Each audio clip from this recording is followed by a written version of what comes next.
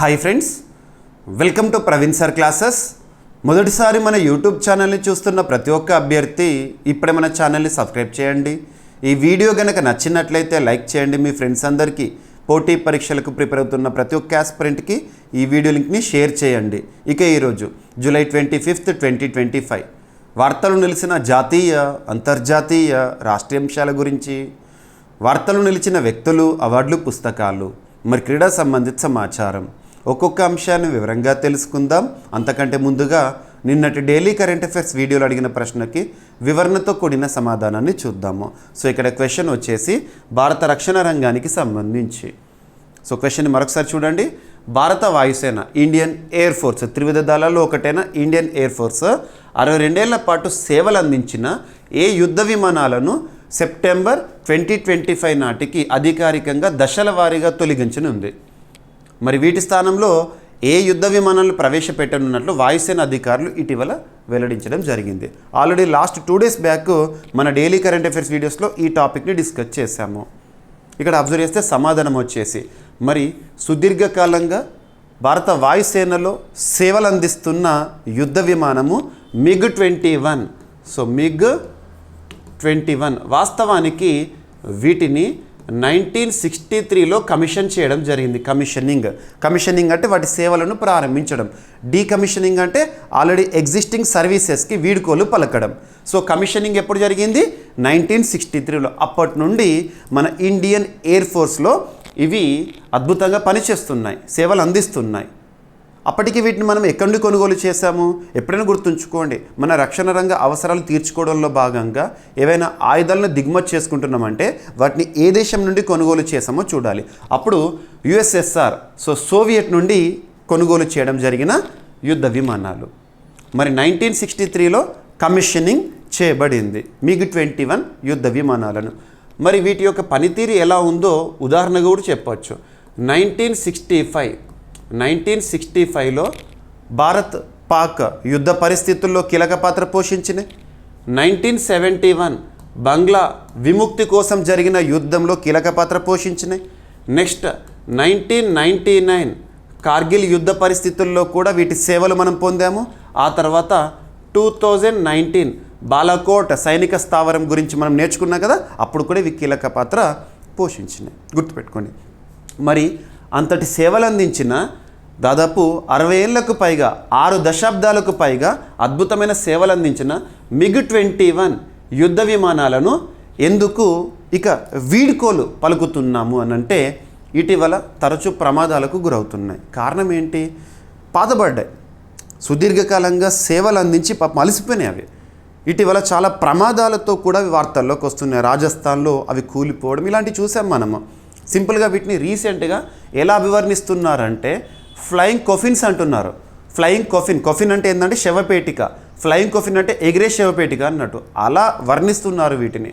ఇక ఇటువంటి పరిస్థితుల్లో భారత వాయుసేన లేదా ఇండియన్ ఎయిర్ ఫోర్స్ లేదా రక్షణ రంగం ఏం ఆలోచిస్తుందంటే మరి ప్రమాదకరంగా మారిన వీటిని కొనసాగించే కంటే వీటి స్థానంలో వేరే వాటితో భర్తీ చేసి ఇక వీటిని దశల వారీగా వీడ్కోలు పలికితే బాగుంటుంది కదా అని చెప్పేసి ఆలోచించారు, నిర్ణయం తీసుకున్నారు, అఫీషియల్గా అనౌన్స్ చేశారు. ఈ సెప్టెంబర్ 2025 సెప్టెంబర్ నాటికి ఇక వాటిని దశల వారీగా కంప్లీట్గా డీకమిషన్ చేసేస్తారంట. మరి వాటి స్థానంలో వేటి నుండి సేవలు పొందబోతున్నాం అంటే ఇవి అందించిన సేవలు మరి వేటి నుండి పొందబోతున్నామంటే ఇక light combat aircraft Tejas mark 1A యుద్ధ విమానాల నుండి ఇక మనం సేవలు పొందబోతున్నాం. వీటిని భర్తీ చేసేవి తేజాస్, గుర్తుపెట్టుకోండి. పూర్తి స్వదేశీ పరిజ్ఞానంతో తయారైన యుద్ధ విమానాలు. ఓకేనా? ఏదైనా ఒక టాపిక్ గురించి మనం నేర్చుకుంటున్నప్పుడు దానికి సంబంధించి కొంత బేసిక్స్ చూడండి. ఏదైనా డైరెక్ట్ లైన్ చూసే కంటే కారణం ఏంటో తెలుసుకోవాలి. ఇప్పుడు MiG-21 యుద్ధ విమానాలు 6 దశాబ్దాలకు పైగా సేవలు అందించిన యుద్ధ విమానాలను ఇక సేవల నుండి తప్పిస్తున్నామంటే అంత పెద్ద కారణం ఏమై ఉండొచ్చు, ఆ కారణం తెలుసుకోవాలి. రైట్? సో చూడండి. సో భారత వాయుసేన 62 ఏళ్ల పాటు సేవలు అందించిన MiG-21 యుద్ధ విమానాలను సెప్టెంబర్ 2025 నాటికి అధికారికంగా దశల వారీగా తొలగించనుంది. అఫీషియల్. ప్రస్తుతానికి రాజస్థాన్లోని నల్ ఎయిర్ బేస్లో ఉన్న ప్యాంథర్స్గా పేరుగాంచిన 23వ స్క్వాడ్రన్ ఈ MiG-21 జెట్లను నిర్వహిస్తుంది యుద్ధ విమానాలని. ఈ MiG-21ల స్థానంలో ఆధునిక light combat aircraft Tejas mark 1A విమానాలను ప్రవేశపెట్టనున్నట్లు వాయుసేన అధికారులు రీసెంట్గా ప్రకటించారు. మరి MiG-21 యుద్ధ విమానాలు లేదా జెట్ ఫ్లైట్స్ ఏవైతే ఉంటాయో వీటి యొక్క ప్రత్యేకత, భారత తొలి సూపర్సోనిక్ యుద్ధ విమానాలు ఇవి. 1963లో వీటిని భారత వాయుసేనలో కమిషన్ చేయబడింది. అప్పటి నుండి సేవలు అందిస్తున్నాయి. మొత్తం 874 MiG-21 జెట్లను రష్యా, అంటే అప్పుడు మాజీ సోవియట్ యూనియన్ USSR అండి కదా, అప్పుడు మనం కొనుగోలు చేశాము. మరి ఇవి కీలక పాత్ర ఎక్కడెక్కడ పోషించినాయి అంటే 1965 ఇండియా పాక్ అగ్రెషన్ యుద్ధ పరిస్థితుల సమయంలో, అండ్ 1971 బంగ్లా విముక్తి కోసం మనం యుద్ధం చేయాల్సి వచ్చింది అప్పుడు, 1999 కార్గిల్ పాకిస్తాన్తో, అండ్ 2019 బాలాకోట్ వైమానిక దాడులప్పుడు కూడా కీలక పాత్ర పోషించినాయి. ఓకేనా. 2019లో బాలాకోట్ వైమానిక దాడుల సమయంలో wing commander Abhinandan Vardhaman MiG-21 నడిపి పాక్ విమానాన్ని కూల్చడం ద్వారా చరిత్ర సృష్టించారు. మనకందరికీ సుపరిచితులైన వ్యక్తి అభినందన్ వర్ధమాన్ MiG-21 యుద్ధ విమానాన్ని తీసుకొని వెళ్ళాడు. సో అక్కడ శత్రు దేశానికి సంబంధించి వాళ్ళకు సేవలు అందిస్తున్న ఒక యుద్ధ విమానాన్ని కూల్చేశాడు. దురదృష్టవశాత్తు పాకిస్తాన్లో పడిపోయాడు అభినందన్ వర్ధమాన్. అప్పుడు పాకిస్తాన్ వారు పట్టుకున్నారు, పాకిస్తాన్ ఆర్మీ వారు. కానీ భారతదేశ హెచ్చరికల నేపథ్యంలో అధికారికంగా అభినందన్ వర్ధమాన్ని మన భారతదేశానికి తీసుకురాగలిగాం. అదంతా కూడా మనం చూసాము, ఇప్పటికి కూడా మన కళ్ళ ముందట కనబడుతూనే ఉంటుంది. ఓకేనా, గుర్తుపెట్టుకోండి. ఇక మరి MiG-21 తొలగింపుకు కారణాలు ఏంటి? ఇటీవల కాలంలో జరిగిన పలు విమాన ప్రమాదాల కారణంగా వీటిని ఫ్లయింగ్ కొఫిన్స్ అంటాము. ఈ విమానాల కాలపరిమితి ముగియడంతో, అంటే ఎక్స్పైర్ అవుతుంది. దేనికైనా కూడా గుర్తుపెట్టుకోండి, భూమి మీద ఉండే దేనికైనా కూడా ఒక ఎక్స్పైరీ డేట్ అనేది ఉంటుంది. అది మానవుడైనా సరే, లేదంటే సేవలు అందించే ఒక వస్తువు అయినా సరే, ఏదైనా సరే. సో ఈ విమానాల కాలపరిమితి ముగియడంతో సాంకేతిక కారణాల వల్ల దశల వారీగా తొలగించేందుకు నిర్ణయం తీసుకున్నారు. ఇక 2025లో చండీగఢ్లో అధికారిక వీడ్కోలు కార్యక్రమాన్ని జరపబోతున్నారంట. సో ఈ విధంగా ఏదైనా ఒక టాపిక్ గురించి మనం నేర్చుకుంటున్నప్పుడు బేసిక్స్ నుండి నేర్చుకోండి. వార్తల్లో నిలిపించేది లేదా వార్తల్లో కనిపించేది ఒక న్యూస్ మాత్రమే. ఆ న్యూస్ని మనం కరెంట్ అఫైర్స్గా నేర్చుకోవాలి. అంటే కన్సర్న్ సబ్జెక్ట్తో లింక్ చేసుకోవాలి, దానికి స్టాటిక్ పాయింట్స్ని అడిషన్గా నేర్చుకోవాలి.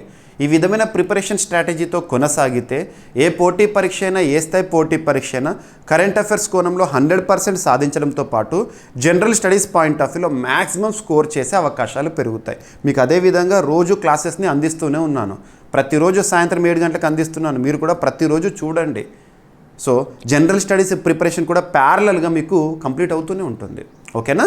సో ఇది ఇక ఇండియన్ ఎయిర్ ఫోర్స్ ఎప్పుడు ఏర్పాటైంది ఇదంతా కూడా రైట్.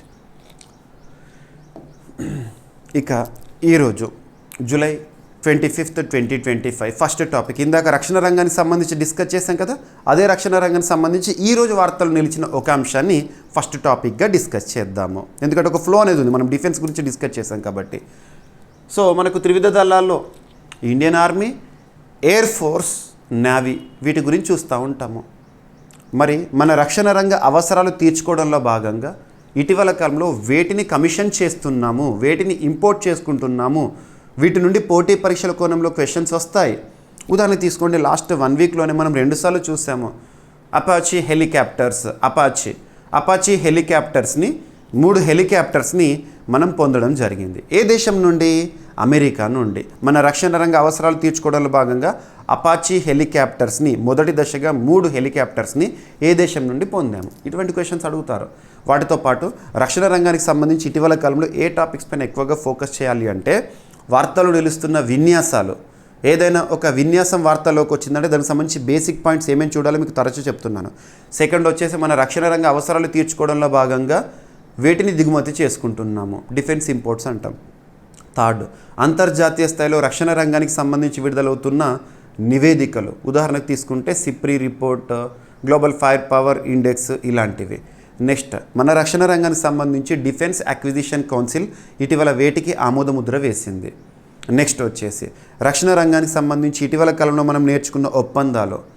ఉదాహరణకు భారత డైనమిక్స్ లిమిటెడ్, DRDO మధ్య కుదిరిన ఒప్పందం ఉద్దేశం ఏంటి అంటారు, ఇలాంటివి.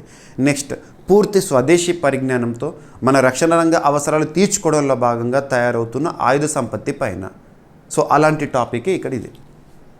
ఏదైనా ఒక ఆయుధ సంపత్తి గురించి మనం నేర్చుకుంటున్నాం, లేదా ఒక యుద్ధ నౌక గురించి కానీ, సబ్మెరైన్ గురించి కానీ, తుపాకుల గురించి కానీ, హెలికాప్టర్స్ గురించి కానీ, లేదా యుద్ధ విమానాల గురించి కానీ పూర్తి స్వదేశీ పరిజ్ఞానంతో తయారవుతున్నాయి అని నేర్చుకుంటున్నప్పుడు దాన్ని ఎవరు తయారు చేశారు, దాని యొక్క ప్రత్యేకత ఏంటి, ఈరోజు ఎందుకు వార్తల్లోకి వచ్చింది, ఇలాంటి బేసిక్ పాయింట్స్ని చూస్తూ మన ప్రిపరేషన్ని కొనసాగించాలి. సో ఇక్కడ అబ్జర్వ్ చేస్తే చూడండి, సముద్ర ప్రచేత అనే ఒక నౌక వార్తల్లోకి వచ్చింది, ఒక షిప్ సముద్ర ప్రచేత్. సో ఇలాంటి టాపిక్ చూస్తున్నప్పుడు దీన్ని ఎవరు తయారు చేశారు, పూర్తి స్వదేశీ పరిజ్ఞానంతో గోవా షిప్ యార్డ్ వారు తయారు చేయడం జరిగింది. గోవా షిప్ యార్డ్ గోవాకు సంబంధించింది, గోవాలో ఉంది. సో అధునాతన నౌకలను లేదా యుద్ధ నౌకలను తయారు చేసే ఒక షిప్ యార్డ్ గోవాలో ఉంది. దాన్ని రీసెంట్గా జూలై 23 రోజున కమిషన్ చేయడం జరిగింది. దేన్ని? సముద్ర ప్రచేత్ని గోవాలో కమిషన్ చేశారు. కమిషనింగ్ అంటే ఏంటంటే సేవలు ప్రారంభించడం. డీకమిషనింగ్ అంటే ఏంటంటే ఆల్రెడీ సేవలు అందిస్తున్న ఒక విమానాన్ని కానీ ఒక షిప్ను కానీ వీడుకోలు పలకడము. So commissioning. మరి దీని యొక్క ప్రత్యేకత ఏంటంటే పొల్యూషన్ కంట్రోల్ వెజల్ అంట. పొల్యూషన్ కంట్రోల్ వెజల్ అంటే ఏంటి? పొల్యూషన్, కాలుష్య కంట్రోల్, నియంత్రణ చేసే ఒక షిప్ కాలుష్య నియంత్రణ ఎలా చేస్తుందో ఒకసారి ఆలోచించండి. ఆలోచిస్తే దేనికైనా సమాధానం దొరుకుతుంది, ఇది వాస్తవం. ఆలోచించకపోతే దేనికి సమాధానం దొరకదు.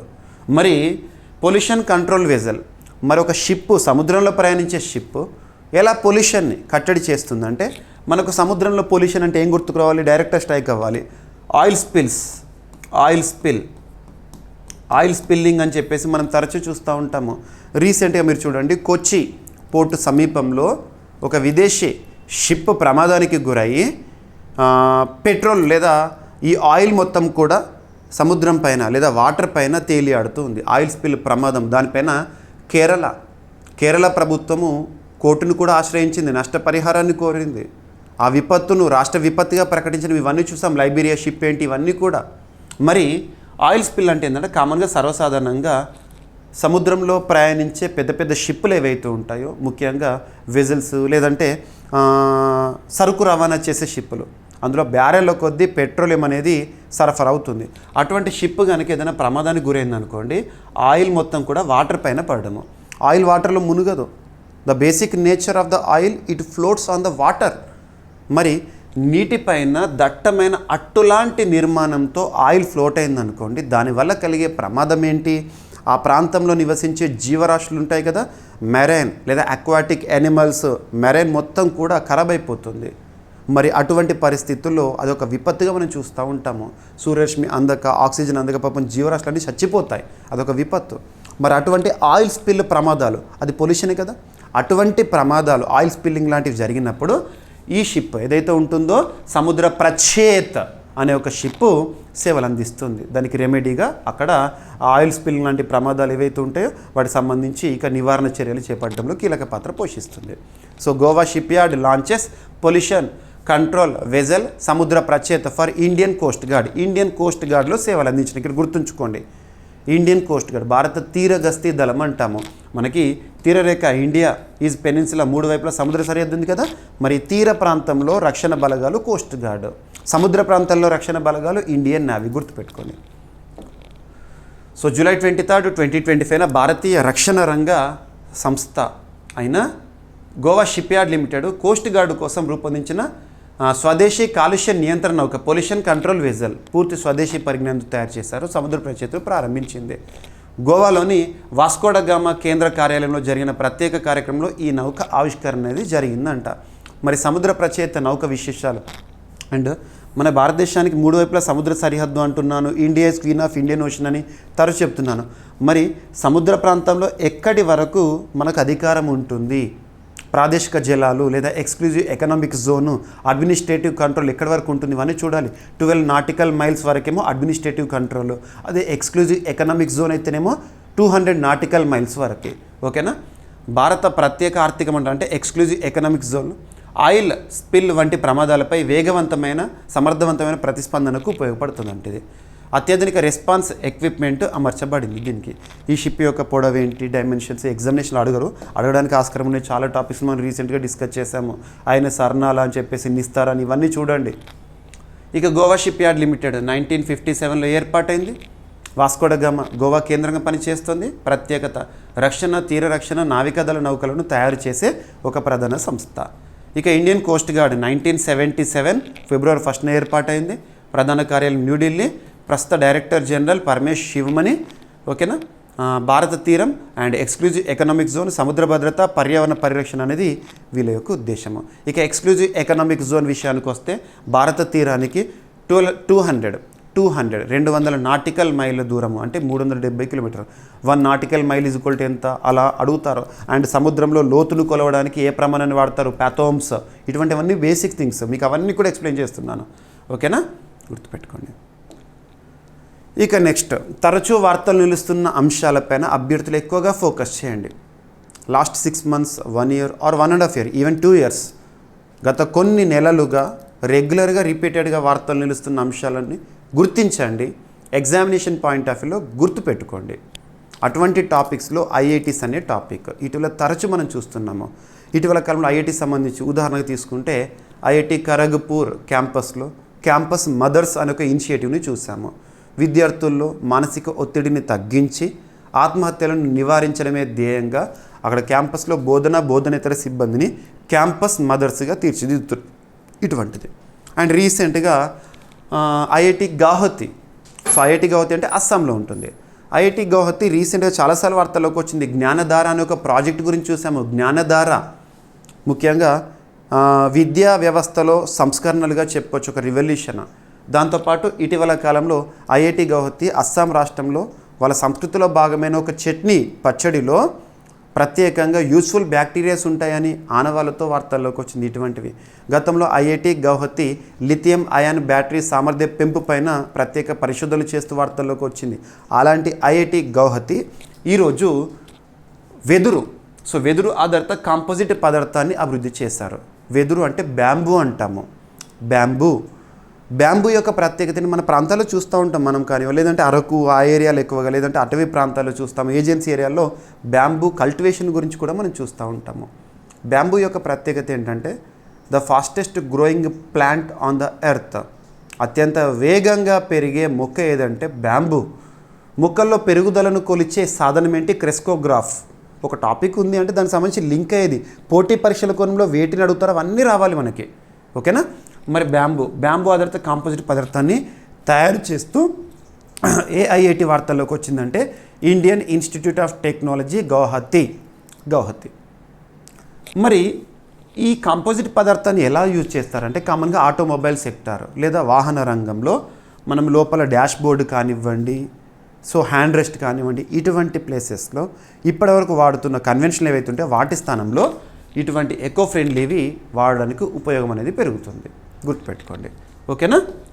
సో భారతీయ సాంకేతిక సంస్థ Indian institute of technology Guwahati పరిశోధకులు పర్యావరణహితమైన వెదురు ఆధారిత కాంపోజిట్ పదార్థాన్ని అభివృద్ధి చేశారు. ఇది ఆటోమొబైల్ ఇంటీరియర్స్, అంటే కారు ఉంటుంది అనుకోండి, మన కారు లేదా వెహికల్ ఉందనుకో, లోపల ఉండేదంతా ఇంటీరియర్, సీట్ కానివ్వండి, డాష్ బోర్డ్ కానివ్వండి, ఇవన్నీ కూడా అందులో ప్లాస్టిక్ భాగాలకు ప్రత్యామ్నాయంగా ఉపయోగపడుతుంది. సో ప్లాస్టిక్ ఇటీవల చూసాం మనం జూన్ 5th 2025 ప్రపంచ పర్యావరణ దినోత్సవం యొక్క థీమ్ ఏంటి, end plastic are beat plastic. So plastic రహిత సమాజాన్ని మనం ఏర్పాటు చేయాల్సిందే. అందులో ఇదొకటి యూస్ఫుల్గా ఐఐటి గౌహతి వారు పాత్ర పోషిస్తున్నారు. ఈ పదార్థం యొక్క ప్రత్యేక ప్రయోజనాలు ఏంటంటే డాష్ బోర్డ్స్, సీట్ల వెనుక భాగము, డోర్ ప్యానల్స్ వంటి భాగాల్లో ఉపయోగించే విధానం. సో పర్యావరణ అనుకూల ఎకో ఫ్రెండ్లీ కావడంతో ప్లాస్టిక్ చెక్కకు ప్రత్యామ్నాయంగా చెప్పవచ్చు. ఆటోమొబైల్ రంగంతో పాటు ఎలక్ట్రానిక్స్, ఫర్నిచర్, నిర్మాణ సామగ్రిలో కూడా ఉపయోగించవచ్చు. రైట్. ఇక బ్యాంబూ యొక్క సైంటిఫిక్ నేమ్ ఏంటి, బ్యాంబూసా టుల్డా. ఈశాన్య భారతదేశంలో వేగంగా పెరిగే వెదురు జాతి బ్యాంబూ. ఓకేనా. కంపోజిట్ బయోడిగ్రేడబుల్ పాలిమర్స్తో కలిపి కంపోజిట్ పదార్థాన్ని తయారు చేస్తారు. బయోడిగ్రేడబుల్ అంటే ఈజీగా డిగ్రేడ్ అయిపోతాయి. ఓకేనా. సో సరిపోతుంది. ఇక ఈశాన్య భారతంలో మనకు నార్త్ ఈస్టర్న్ స్టేట్స్ అంటాం కదా, 7 sisters. ఈశాన్య భారతంలో వెదురు ఉత్పత్తి ఎక్కువగా ఉండే రాష్ట్రాలు అస్సాం, మిజోరం, నాగాలాండ్, త్రిపుర. ఇక్కడ ఫారెస్ట్ కవర్ ఎక్కువగా ఉంటుంది. న్యాచురల్గా బ్యాంబూ అనేది చూస్తూ ఉంటాం మనం. భారత్లో మొత్తం వెదురు ఉత్పత్తులు ఈశాన్య రాష్ట్రాల వాటానే దాదాపు 60%, హిల్లీ ఏరియాస్లో కూడా ఎక్కువగా ఉంటుంది. భారత ప్రభుత్వం ఇక్కడ important point, national bamboo mission, కొన్ని టెక్నాలజీ మిషన్స్ పైన ఎగ్జామినేషన్లో క్వశ్చన్స్ అడుగుతారు. సెమీకండక్టర్ మిషన్ ఎప్పుడు స్టార్ట్ అయింది, బ్యాంబూ మిషన్ ఎప్పుడు స్టార్ట్ అయింది, ఇటువంటివి అడుగుతారు ఎగ్జామినేషన్లో. మీకు ప్రతి పాయింట్ చెప్తున్నాను. ఇక్కడ ఐఐటి గౌహతి టాపిక్ చెప్పి నేను క్లోజ్ చేయొచ్చు, కానీ అంతటితో నేను క్లోజ్ చేయట్లేదు. మీకు పోటీ పరీక్షల కోణంలో ఇక్కడ సందర్భం వచ్చింది కాబట్టి, కంటెక్స్ట్లో బ్యాంబూకి సంబంధించి మనం డిస్కస్ చేస్తున్నాం కాబట్టి, దానికి సంబంధించి ఎగ్జామినేషన్ పాయింట్ ఆఫ్ వ్యూలో ఏ పాయింట్స్ అడగడానికైతే ఆస్కారం ఉంటుందో వాటన్నిటిని కూడా మీకు ఏ రోజుకు సంబంధించి ఏ టాపిక్ సంబంధించి ఆ టాపిక్ దగ్గర క్లోజ్ చేస్తున్నాను. మరొకసారి చెప్తున్నాను, వార్తల్లో కనిపించే అంశాన్ని నేర్చుకోవడం, తెలుసుకోవడం ఒక ఎత్తు, దాన్ని పోటీ పరీక్షల కోణంలో నేర్చుకోవడం మరొక ఎత్తు.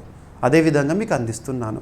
అండ్ నేను మీకు చెప్తున్న క్లాసెస్ ఏవైతే ఉంటాయో ప్రతిరోజు అందిస్తున్నాను కదా, బోర్డు పైన చూపిస్తున్న ఈచ్ అండ్ ఎవ్రీ వర్డ్, ఇది మొత్తం కూడా మీకు మళ్ళీ నేను పీడిఎఫ్ రూపంలో అందుబాటులో ఉంచుతున్నాను. సో ఈజీగా మీరు ప్రింట్ ఆప్షన్తో ప్రింట్ చేసుకోవచ్చు, ఎగ్జామినేషన్కి వెళ్ళే ముందు రివిజన్ చేసుకోవచ్చు. సో మీకు మ్యాక్సిమం బెనిఫిట్ చేస్తున్నాను. సో మన పీడిఎఫ్స్ అన్నీ కూడా daily current affairs PDFs GVK study circle యాప్లో అందుబాటులో ఉన్నాయి.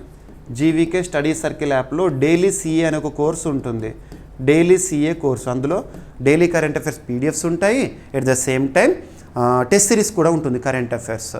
ఓకేనా, డే వైజ్ టెస్టులు అందిస్తున్నాను. ఒక్కొక్క రోజు సంబంధించి 10-15 క్వశ్చన్స్ అందిస్తున్నాను. సో చూడండి, ప్రాక్టీస్ చేయండి. ఓకేనా, మీకు శాంపిల్ పీడిఎఫ్స్ కూడా అందుబాటులో ఉంటాయి, చూడొచ్చు. ఇక నేషనల్ బ్యాంబూ మిషన్ 2018లో ప్రారంభించింది భారత ప్రభుత్వం బ్యాంబూని పెంచడానికి. సో వెదురు, దీన్ని గ్రీన్ గోల్డ్ అంటాం, బ్యాంబూని గ్రీన్ గోల్డ్గా పిలుస్తాము. ఇది వాతావరణహితమైన పర్యావరణహితమైన నిర్మాణంలో ఉపయోగపడుతుంది. ప్రపంచంలో అత్యధిక వెదురు ఉత్పత్తి చేసే దేశము చైనా, భారత్ 2వ స్థానంలో ఉంది. వెదురు ఆధారిత పరిశ్రమల అభివృద్ధి ద్వారా గ్రామీణ ఉపాధి, ఆర్థిక అభివృద్ధిని సాధించవచ్చు.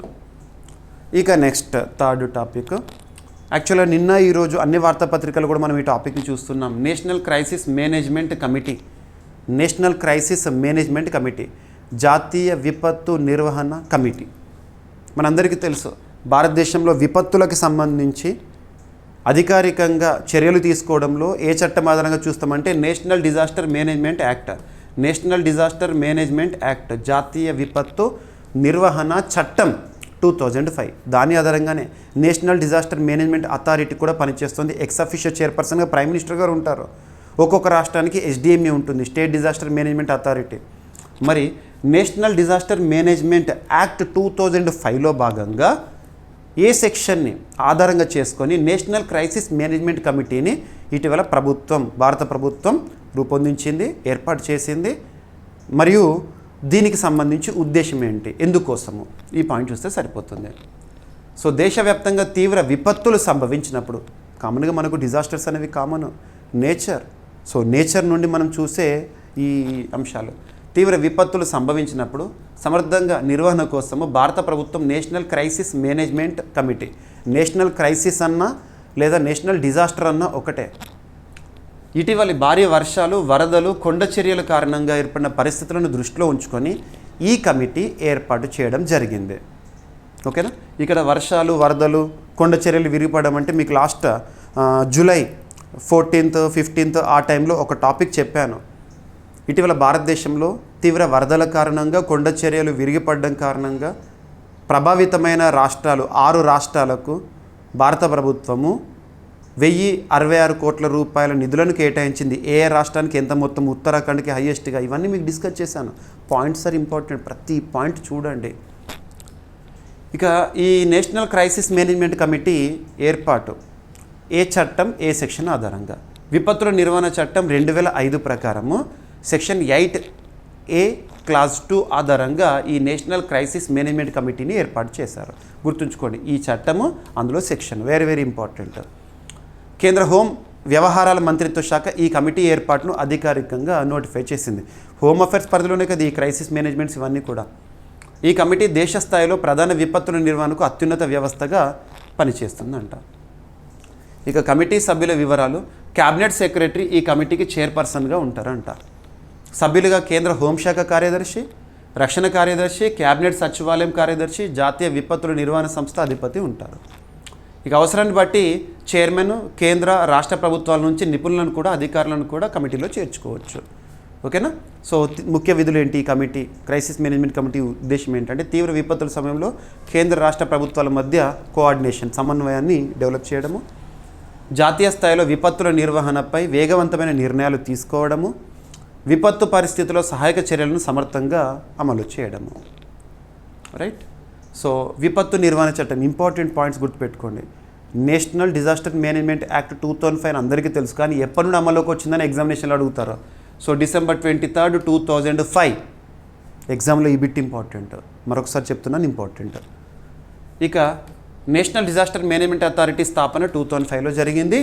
ఎన్డీఎంఏ చైర్పర్సన్గా ఎక్స్ అఫిషియోగా ఎవరుంటారు? ప్రధానమంత్రి. ఎవరైతే ప్రధానమంత్రిగా బాధ్యతలు స్వీకరిస్తారో వారే ఎన్డీఎంఏకి చైర్పర్సన్గా ఉంటారు. ఇక ప్రధాన కార్యాలయం న్యూఢిల్లీ. ఇక స్టేట్ డిజాస్టర్ మేనేజ్మెంట్ అథారిటీ ప్రతి రాష్ట్రంలో ఉంటుంది, దానికి ఎక్స్ అఫిషియోగా chief minister of the particular state will act. ఇక విపత్తు నిర్వహణకు సంబంధించి NDRF National Disaster Response Force ప్రత్యేక శక్తిగా పనిచేస్తుంది. ప్రస్తుతం 16 బెటాలియన్స్ ఉన్నాయి ఎన్డీఆర్ఎఫ్. మరి ఎన్డీఆర్ఎఫ్ స్థాపన ఎప్పుడంటే 2006, ప్రధాన కార్యాలయం న్యూఢిల్లీ. ఇటీవల భారత్ విపత్తుల నిర్వహణలో అంతర్జాతీయంగా సహాయ కార్యక్రమాల్లో కూడా ముఖ్య పాత్ర పోషిస్తోంది. మనం లాస్ట్ ఇయర్ చూసాము, తుర్కియా సిరియా బార్డర్లో ఎర్త్క్వేక్ అనేది సంభవించింది. అప్పుడు మనము ఆపరేషన్ దోస్త్ అని చెప్పేసి సాయం అందించాం తుర్కియాకి. కానీ వాళ్ళేమో రీసెంట్గా ఆపరేషన్ డ్రోన్ అని చెప్పేసి మనపైకి పాకిస్తాన్కి హెల్ప్ చేస్తూ దాడికి వచ్చారు. ఓకేనా. ఇక నెక్స్ట్ రామ్సర్కి సంబంధించి కాప్ సదస్సు, conference of parties 15th edition సదస్సు. కాప్ సదస్సు అంటే చాలా విషయాలు మనం చూస్తూ ఉంటాం. ఎవ్రీ ఇయర్ యుఎన్ఎఫ్సిసి కాప్ సదస్సులు వేరు, COP 29, COP 30 ఇటువంటి డిఫరెంట్. ఇక్కడ కాప్ సదస్సు వేరు. ఇది రామ్సర్కి సంబంధించి. రామ్సర్ అనేది ఎక్కడ ఉంది అంటే ఇరాన్లోని ఒక చారిత్రాత్మక నగరం ఇరాన్. 1971 February 2 రోజున ప్రపంచ దేశాలు రామ్సర్ అనే ప్రాంతం సిటీలో సమావేశమై ప్రపంచవ్యాప్తంగా చిత్తడి నేలల సంరక్షణ కోసం ప్రత్యేక చర్యలు తీసుకోవాలని చెప్పేసి తీర్మానించాయి. రామ్సర్ కన్వెన్షన్గా మనం చదువుతూ ఉంటాము. ప్రపంచవ్యాప్తంగా చిత్తడి నేలల పరిరక్షణ కోసము రామ్సర్ సైట్స్ని గుర్తించడం అనేది మనం చూస్తూ ఉంటాం. రామ్సర్ సైట్ గుర్తింపు భారతదేశంలో 91 చేరింది. చిత్తడి నేలలు రామ్సర్ సైట్లుగా గుర్తించడం అనేది every year February 2 world wetland డేగా మనం సెలబ్రేట్ చేసుకుంటూ ఉంటాము. గుర్తుపెట్టుకోండి. ఇక్కడ అబ్జర్వ్ చేస్తే ఈ జూలై 23 నుండి స్టార్ట్ అయ్యి July 31 ఈ మంత్ ఎండింగ్ వరకు జరుగుతున్న ఒక సదస్సు ఎక్కడ జరుగుతుందంటే జింబాబ్వే ఆతిథ్యంలో జరుగుతుంది. COP 15 సదస్సు. COP 15 రామ్సర్కి సంబంధించిన సదస్సు. అందులో భారత మంత్రి లేదా మన భారతదేశానికి సంబంధించిన కేంద్ర మంత్రి, రామ్సర్ అంటున్నాను, కేంద్ర మంత్రి అంటున్నాను, మీకు ఏ మంత్రిత్వ శాఖ గుర్తుకు రావాలి? వెట్లాండ్స్ అంటున్నాను. వెట్లాండ్స్ సంబంధించి లేదా రామ్సర్ సైట్ల గుర్తింపు అప్పుడు ఎప్పుడు అఫీషియల్గా ఏ మంత్రిత్వ శాఖ వార్తలకు వస్తే చెప్పండి? అదే మంత్రిత్వ శాఖ, ministry of environment, forest, climate change. ప్రస్తుతం కన్సర్న్ మినిస్టర్గా ఎవరు బాధ్యతలు నిర్వర్తిస్తున్నారు? భూపేంద్ర యాదవ్ గారు ఈ సమావేశాలకు హాజరయ్యారు.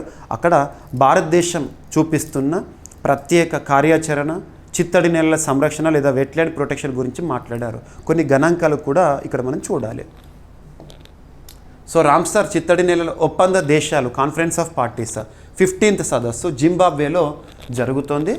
సో కేంద్ర మంత్రి భూపేంద్ర యాదవ్ గారు పాల్గొంటున్నారు అందులో.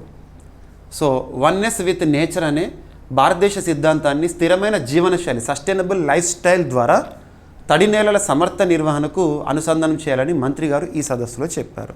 మన కేంద్ర మంత్రి భారత విజయాలు లాస్ట్ 10 yearsలో ఎలా ఉన్నాయి? గత 10 ఏళ్లలో భారతదేశంలోని రామ్సర్ చిత్తడి నేలల సంఖ్య 250% పెరిగింది.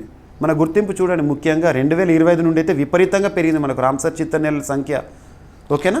ప్రస్తుతం 91కి చేరింది. 91 రామ్సర్ చిత్తడి నేలలతో ఆసియాలోని అతిపెద్ద నెట్వర్క్ భారత్ సొంతం చేసుకుందంట.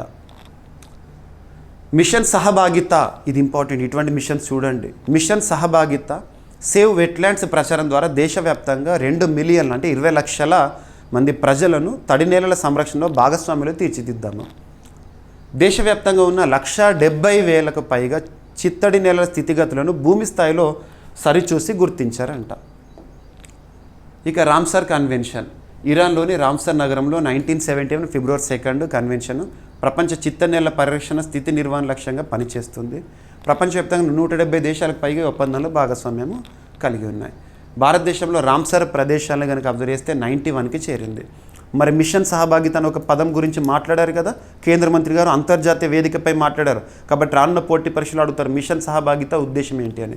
మిషన్ సహభాగిత సో తడి నేలల లేదా చిత్తడి నేలల పరిరక్షణకు ప్రజాస్వామ్యం లేదా ప్రజా భాగస్వామ్యంతో చేపట్టిన కేంద్ర ప్రభుత్వ సో పీపుల్ ఇన్వాల్వ్మెంట్ లేదా ప్రజల భాగస్వామ్యంతో చిత్తడి నేలల సంరక్షణ ఈ మిషన్ యొక్క ఉద్దేశం. ప్రజల్లో చిత్తడి నేలపై అవగాహన పెంచేందుకు స్థానిక కమ్యూనిటీల భాగస్వామ్యం కోసం రూపొందించబడింది. ఎనఫ్ ఓకేనా. ఇటువంటి చూడండి ఎన్వైర్న్మెంట్లో భాగంగా అడుగుతారు మీకు పర్యావరణ శాస్త్రానికి సంబంధించి. నిన్నటి క్లాస్లో కూడా చూడండి ఇంటర్నేషనల్ కోర్ట్ ఆఫ్ జస్టిస్ హేగ్స్ కేంద్రంగా పనిచేస్తున్న ఇంటర్నేషనల్ కోర్ట్ ఆఫ్ జస్టిస్ ఇచ్చిన ఒక కీలక తీర్పు 1/2 వేసిన కేసులో క్లీన్ ఎయిర్ లేదంటే స్వచ్ఛమైన గాలి, పరిశుభ్రమైన నీరు, clean air, fresh water and sustainable environment are part of human rights అని చెప్పేసి అంతర్జాతీయ న్యాయస్థానం చెప్పింది. ఇటువంటివి చూడాలి, మనం లింక్ చేసుకోవాలి. ఇటీవల ఏ కేసులో చెప్పారు అని. భారతదేశానికి సంబంధించి కూడా ఏ case 1991 Subhash Kumar Thakur versus State of Bihar కేసులో సుప్రీంకోర్టు చెప్పిన తీర్పు ఏంటి, ఇవన్నీ నిన్నటి క్లాస్లో చెప్పాను. సో భూపేందర్ యాదవ్ గారు కేంద్ర మంత్రిగా ఉన్నారు. ప్రపంచవ్యాప్తంగా చిత్తనీళ్ళ ప్రాముఖ్యత, అసలు ఎందుకు చిత్తనీళ్ళు వెట్లాండ్స్ అంటే నీటి వనరుల పరిరక్షణ, వరద నియంత్రణ, జీవ వైవిధ్యం పరిరక్షణ అండ్ కార్బన్ నిల్వ. రైట్. సో COP15 సదస్సు ఎక్కడ జరుగుతుంది? రామ్సర్ సైట్కి సంబంధించి జింబాబ్వే. చిత్తడి నేలల పరిరక్షణకు అంతర్జాతీయ సహకారం కోసము ముఖ్యంగా.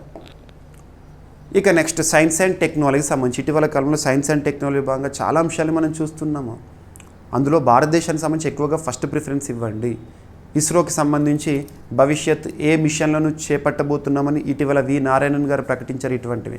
ఇకపోతే అంతర్జాతీయ స్థాయిలో ఇటీవల కాలంలో ఉపగ్రహ ప్రయోగాల గురించి వాటి గురించి చూడాలి. ఇక్కడ నాసా, అమెరికా అంతరిక్ష పరిశోధనలు చేసే సంస్థ నాసా ఇటీవల ఒక లాంచింగ్తో వార్తల్లోకి వచ్చింది. అంతరిక్ష మిషన్ ఏంటది? ట్రేసర్స్. ఇటీవల ట్రేసర్స్ అనే ఒక ఉపగ్రహ ప్రయోగంతో లేదా మిషన్ ప్రయోగంతో ఏ అంతరిక్ష సంస్థ వార్తల్లోకి వచ్చింది లేదా ఏ దేశానికి సంబంధించి వార్త? అమెరికాకు సంబంధించి నాసా. మరి ఇలాంటి ప్రయోగాలు జరిగినప్పుడు ఈ ఉపగ్రహాన్ని పంపడానికి వాడిన లాంచ్ వెహికల్ అంటే రాకెట్ ఏంటి, ఉపగ్రహం పేరేంటి, దీని యొక్క ఉద్దేశం, అసలు యూజ్ ఏంటి, ఇవి చూస్తే చాలు కరెంట్ అఫైర్స్ కోణంలో. సో అమెరికా అంతరిక్ష పరిశోధన సంస్థ నాసా తన కొత్త అంతరిక్ష మిషన్ ట్రేసర్స్ అంటే ఫుల్ ఫామ్ గుర్తుపెట్టుకోండి. టాండెమ్ రికనెక్షన్ అండ్ కస్ప్ ఎలక్ట్రోడైనమిక్స్ రెకనైజెన్స్ శాటిలైట్స్ గుర్తుంచుకోండి. రెకనైజెన్స్ శాటిలైట్. సో ట్రేసర్స్ ఫుల్ ఫామ్ ఓకేనా. ఎవరు? నాసా వారు విజయవంతంగా ప్రయోగించారు. ఉద్దేశం ఏంటి? మిషన్ యొక్క ఉద్దేశం ఏంటంటే భూమికి సూర్యుడి నుంచి వచ్చే ఎర్త్ పైకి సూర్యుడి నుండి వచ్చే సౌర పవనాలు, సోలార్ విండ్స్ ఉంటాయి కదా, ఆ సోలార్ విండ్స్ ప్రభావాన్ని అడ్డుకుని భూమి చుట్టూ ఉన్న అయస్కాంత కవచం ఎలా పనిచేస్తుందో అధ్యయనం చేయడము. కామన్గా మనకు సూర్య కిరణాలు రావడము, సూర్యుడి నుండి సోలార్ విండ్స్ రావడము, దానికి అడ్డుకట్ట వేయడానికి ఈ మ్యాగ్నెటిక్ ఏదైతే ఉంటుందో దానిపైన అధ్యయనం చేయడము. రైట్. మ్యాగ్నెటోస్ఫియర్ని. రైట్. సో ఇదొకటి ఇంపార్టెంట్. భూమిని సౌర తుఫాన్ లేదా సోలార్ స్టార్మ్స్ సౌర వికిరణం నుంచి భద్రపరిచే భూమి అయస్కాంత క్షేత్రం యొక్క రక్షణ వ్యవస్థలను పరిశీలించడం అనేది దీని యొక్క ఉద్దేశము. ఈ మిషన్లో 2 జంట ఉపగ్రహాలు ఉంటాయి, ట్రేసర్స్ ఉపగ్రహాలు. ఓకేనా. రైట్. ఇక ప్రయోగ వివరాలు. స్పేస్ ఎక్స్ అంటే ఎలాన్ మస్క్కి సంబంధించింది. ప్రపంచానికి ప్రైవేట్ స్పేస్ స్టార్టప్స్ అవసరమని తేల్చి చెప్పిన ఒక సంస్థగా స్పేస్ ఎక్స్ చెప్పొచ్చు ఎలాన్ మస్క్ గారు. సో ప్రయోగ స్థలము వ్యాండన్బర్గ్ స్పేస్ ఫోర్స్ బేస్. ఓకేనా. కాలిఫోర్నియా, అమెరికాలో ఉంది. ఇక నాసా ఫుల్ ఫామ్ ఏంటి? National aeronautics and space administration. ఎందుకు ఈ ఫుల్ ఫామ్ ఇచ్చానో మీకు ఐడియా ఉంటుంది. Last 2 years back subject condition 2-3 yearsలో జరిగిన ఒక ఎగ్జామినేషన్ తెలంగాణ రాష్ట్రంలో TSLPRB Telangana state level police recruitment board వారు నిర్వహించిన పోలీస్ నియామక పరీక్షలో నాసాని విస్తరించండి ఫుల్ ఫామ్ ఏంటని అడిగారు. సో ఇక్కడ ఈజీగా ఉంటుంది. ఇక్కడ నాసా అంటే ఏంటి చెప్తాము, కానీ ఎగ్జామినేషన్ హాల్లో కూర్చున్న తర్వాత నాసా అంటే నేషనలా లేకపోతే ఏంటి అలాంటి కన్ఫ్యూజన్స్ క్రియేట్ అవుతాయి. ఓకేనా. నాసా 1958లో ఏర్పాటైంది. వాషింగ్టన్ DC అమెరికా కేంద్రంగా పనిచేస్తుంది. స్పేస్ ఎక్స్ 2002 సంవత్సరంలో ఏర్పాటైన ప్రైవేట్ సంస్థ అంతరిక్ష ప్రయోగాలు చేస్తుంది. ఎలాన్ మస్క్కి సంబంధించింది. ఇక మ్యాగ్నెటోస్ఫియర్ ఎర్త్కి సంబంధించి. సో భూమిని సూర్యుడి నుంచి వచ్చే హానికరమైన సౌర పవనాలు కాస్మిక్ రేడియేషన్ నుంచి రక్షించేదే మ్యాగ్నెటోస్ఫియర్. దానిపైన అధ్యయనం చేయడానికి ఈ ట్రేసర్స్ మిషన్. ఇక సైబర్ నేరాలు. ప్రస్తుతం ప్రపంచమంతా కూడా డిజిటల్ రెవల్యూషన్ చూస్తోంది. అందులో ప్రపంచానికే డిజిటల్ రెవల్యూషన్ విషయంలో భారత్ ఒక మార్గదర్శకంగా ఉంది. ఇండియాస్ డిజిటల్ ఇన్ఫ్రాస్ట్రక్చర్ అద్భుతంగా ఉంది. మరి మనం ప్రతి ఒక్క సర్వీస్ని కూడా ఆన్లైన్లో పొందుతున్నాము, డిజిటల్గా పొందుతున్నాము, ఏ అవసరాన్ని తీర్చుకుంటున్నాం. మరి ఆన్లైన్ పైన ఎక్కువగా డిపెండ్ అవ్వడము, డిజిటల్ టెక్నాలజీ పైన ఎక్కువగా డిపెండ్ అవ్వడం వల్ల దానిపైన జరిగే మోసాలు, క్రైమ్ రేట్స్ కూడా పెరుగుతున్నాయి. దాన్నే మనం సైబర్ క్రైమ్స్ అంటాము, ఆన్లైన్ మోసాలు అంటాము. మనకి ఏదో ఒక ఫోన్ నుండి ఫోన్ వస్తుంది, ఫోన్ నెంబర్ నుండి, అన్నోన్ నెంబర్ నుండి స్పామ్ కాల్, కానీ తెలియదు అందరికీ. సో ఫోన్ చేసేసి మీ అకౌంట్లో ₹1,00,000 వేస్తున్నాము, మీ ఫోన్ నెంబర్ చూజ్ అయిపోయింది, ఇందుకు లాటరీ తీసాము, సో అది పొందాలంటే మీరు 10,000 చెల్లించాలి. ఇటువంటివన్నీ స్పామ్ కాల్సే. లేదంటే మనకు తెలియకుండానే మనం ఫోన్ నెంబర్కి ఒక ఓటీపీని పంపేసేసి ఆ ఓటీపీ ఆధారంగా మన అకౌంట్లో ఉన్న డబ్బులు మొత్తాన్ని ఖాళీ చేయడం. రీసెంట్గా కూడా మీరు చూస్తున్నారు కొన్ని వాట్సాప్ లేదా సోషల్ మీడియాలో ఒక ఏపీకే ఫైల్ అనేది వాట్సాప్ గ్రూప్లో సర్క్యులేట్ అవుతుంది. ఆ ఏపీకే లింక్ని క్లిక్ చేయగానే మన అకౌంట్లో ఉండే డబ్బులు మొత్తం కూడా ఖాళీ అవుతాయి. ఎలా ఖాళీ అవుతాయి అంటే మన ఫోన్ యాక్సెస్ అనేది ఆ సైబర్ క్రైమ్ చేసేవారు ఏమిటో వాళ్ళ చేతికి వెళ్ళిపోతుంది. ఇలాంటివి ఓకేనా. సో చూడండి, మరి అటువంటి సైబర్ క్రైమ్స్ భారతదేశంలో ఎలా ఉన్నాయి. మినిస్ట్రీ ఆఫ్ హోమ్ అఫైర్స్ వారు నిన్నటి రోజున పార్లమెంట్లో సమర్పించిన ఒక డేటా, పార్లమెంట్ సమర్పించిన డేటా గురించి అడుగుతారు. ఇప్పుడు పార్లమెంట్ సమావేశాలు జరుగుతున్నాయి కాబట్టి మీకు ప్రెస్ ఇన్ఫర్మేషన్ బ్యూరోలో క్వశ్చన్ అవర్ ఏం అడిగారు అవన్నీ కూడా కనబడుతూ ఉంటాయి. మీకు ప్రతిరోజు క్లాసెస్ని చూడండి, పిఐబి కానివ్వండి, న్యూస్ ఆన్ ఎయిర్ కానివ్వండి, అఫీషియల్ సోర్సెస్ నుండి ప్రతి ఒక్క టాపిక్ని మీకు తీసుకొని అందిస్తున్నాను. ఏ ఒక్క టాపిక్ మిస్ చేయట్లేదు. పోటీ పరీక్షల కోణంలో సబ్జెక్ట్ లింక్ చేస్తూ మరీ చెప్తున్నాను. 2024లో అంటే గడిచిన సంవత్సరంలో భారత్లో సైబర్ నేరాల స్థితిగతులు ఎలా ఉన్నాయి అని చెప్పేసి, ఎంత మొత్తంలో లాస్ అయ్యారని చెప్పేసి అఫీషియల్గా. సో 2024 గడిచిన సంవత్సరంలో సైబర్ నేరాల వల్ల భారతీయులు దాదాపు 22,845.73 కోట్ల రూపాయలు కోల్పోయారని, సైబర్ నేరాల వల్ల ఇంత కోల్పోయారట భారతీయులు కేంద్ర హోంమంత్రిత్వ శాఖ పార్లమెంటుకి వెల్లడించింది. ఈ వివరాలను కేంద్ర హోంమంత్రిత్వ శాఖ పార్లమెంటుకు నివేదిక రూపంలో చెప్పింది. ఇక నేరాల సంఖ్యలో భారీ పెరుగుదల నమోదైందంట. సైబర్ నేరాలు పెరుగుతున్నాయి. సో 2024లో మొత్తం 36.37 లక్షల ఆర్థిక మోసాల కేసులు నమోదైనాయంట. 2024లో సైబర్ నేరాలు ఇన్ని నమోదైనాయంట. 2023తో పోలిస్తే ఈ సంఖ్య 206% పెరిగిందంట. ఇక సైబర్ నేరాల రిపోర్టింగ్ విధానాలను కనుక పరిశీలిస్తే, సైబర్ క్రైమ్ రిపోర్టింగ్ పోర్టల్ భారతదేశంలో ప్రస్తుతం అందుబాటులో ఉంది. And citizen financial cyber fraud reporting and management system ఇదొకటి. ఇక నేరగాళ్ళు ఎక్కువగా పనిచేస్తున్న దేశాలు, సైబర్ నేరగాళ్ళు ఎక్కడ పనిచేస్తున్నారంటే Myanmar, Thailand, Cambodia, Laos, Vietnam, ఈ దేశాల్లో ఎక్కువగా సైబర్ నేరాలు మన భారతదేశంలో కూడా చేస్తున్నారు. అక్కడ నుండి యాక్సెస్ చేస్తున్నారు.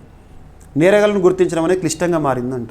సో విదేశాల నుంచి పనిచేస్తున్న సైబర్ నేరగాళ్ళను ట్రాక్ చేయడం పెద్ద సవాలుగా మారింది. భారతదేశంలో అయితే ఎలా అయినా ట్రాక్ చేస్తాం, కానీ విదేశాల నుండి ఇక్కడిక్కడ నుండి ట్రాక్ చేస్తే సో కోఆర్డినేషన్ అనేది ఇంపార్టెంట్ ఆ కంట్రీస్తో.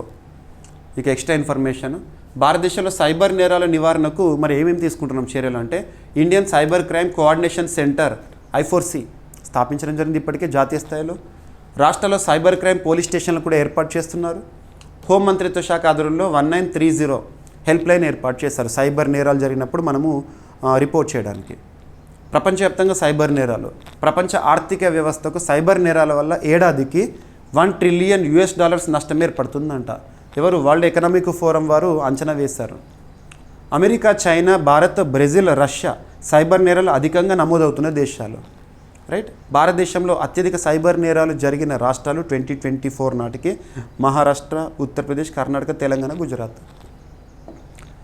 రైట్. సైబర్ నేరాలు నివారించేందుకు ప్రభుత్వ సూచనలు, గుర్తు తెలియని లింక్లపై క్లిక్ చేయకండి అని చెప్తుంది. ఇది మీకు కూడా ఒక అవేర్నెస్సే. ఏదైనా ఫోన్లో వచ్చింది, వాట్సాప్ గ్రూప్లో వచ్చింది అని ఏదైనా అట్రాక్టివ్ నేమ్తో వస్తుంది, దాన్ని క్లిక్ చేస్తే కథమే.